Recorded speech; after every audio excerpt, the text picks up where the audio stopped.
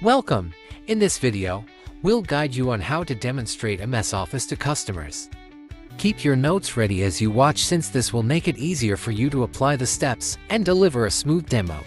Let's get started. So pakita ko lang sa inyo sir yung yung sinabi kong Copilot AI gamit yung Office 365. So click lang natin tong PowerPoint and then create with new pilot. Ito yung sinasabi ko, create a presentation about. So tatype mo lang dyan yung mga content na gusto mo. Halimbawa, dog. So search mo lang dyan. So dito kasi mag-generate, since AI, mag-generate na siya ng pinaka full finished presentations. Okay, so generate slides lang natin. So antayin lang natin siya mag-load. After nyan kasi, bibigyan ka niya ng pinaka PowerPoint presentation report. So pwede mong gawin, pwede mong i-edit na lang yung mga other content doon, magdagdag ka, mag-revise. Pero at least meron ka ng ready-made na presentation. Ganun kaganda kapag naka-Office 365 tayo. Wala po kasi siya doon sa Microsoft Office Lifetime. Wala siyang ganung features. Ito yung sinasabi ko. Ayan o. So pag clinic natin yan, naglo-loading lang ma'am. Ito naman sir is depende on your internet connections, yung loading time, no? Pero dito, pinapakita ko lang sa inyo na pwede ka na makagawa ng report in just 3 clicks and then full finished report na siya. Okay? So, antayin lang natin. Pero ito na yung mga PowerPoint presentations niya. Mamimili ka na lang. So, nakadepende siya dun sa internet connections. So, almost there. So, habang inaantay natin to sir, pakita ko rin sa inyo yung publisher. Diba? So sabi natin, si publisher, ito yung marami siyang mga templated, mga wedding invitation, birthday cards, mga calling cards. So dito, pwede ka na mag-edit. Your name, Nick. Diba? Title. So you can change the phone number.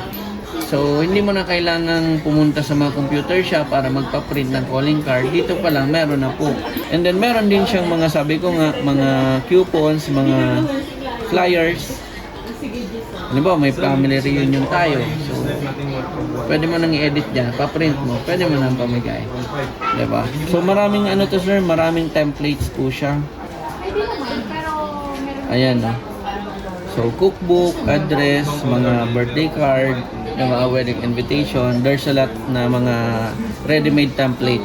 Okay, so yung kagandahan ng publish, absolutely free kapag naka-Office 365 tayo. Okay po. And then, pakita ko lang sir yung sinabi natin kanina, yung Inktomat.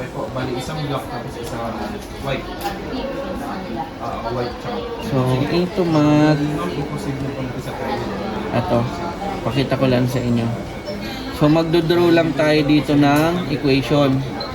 So, halimbawa, sample equations natin, itatype lang natin dyan. And then, kapag hinighlight na natin yan, automatic yan, masosolve na yung pinaka-problem. And then, merong step-by-step paano na-solve yung unit, yung equations na to. So, ito, na-type na natin yung yung pinaka-equations, no? So, gagawin natin dyan, pupunta lang tayo ng new tab, tapos lasso select, and then highlight natin. So, pag na-highlight natin yan, punta tayo ng draw. Tapos yung 3 dot, and then math assistant. And then, makikita natin, ito na yung pinaka, halimbawa, solve for x. So, ito na yung pinaka sagot niya. Solve for x. And then, andito na rin yung mga step by step.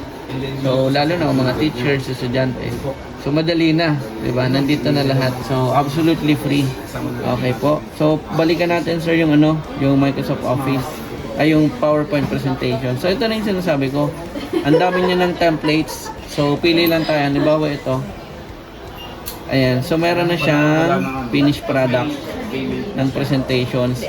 So, pwede mong gawin. Edit mo na lang yung other slides.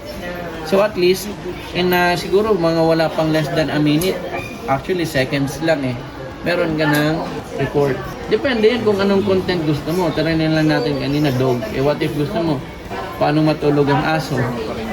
Diba? So, pwede nga nang gawa ng report yan. In an instance, very quick.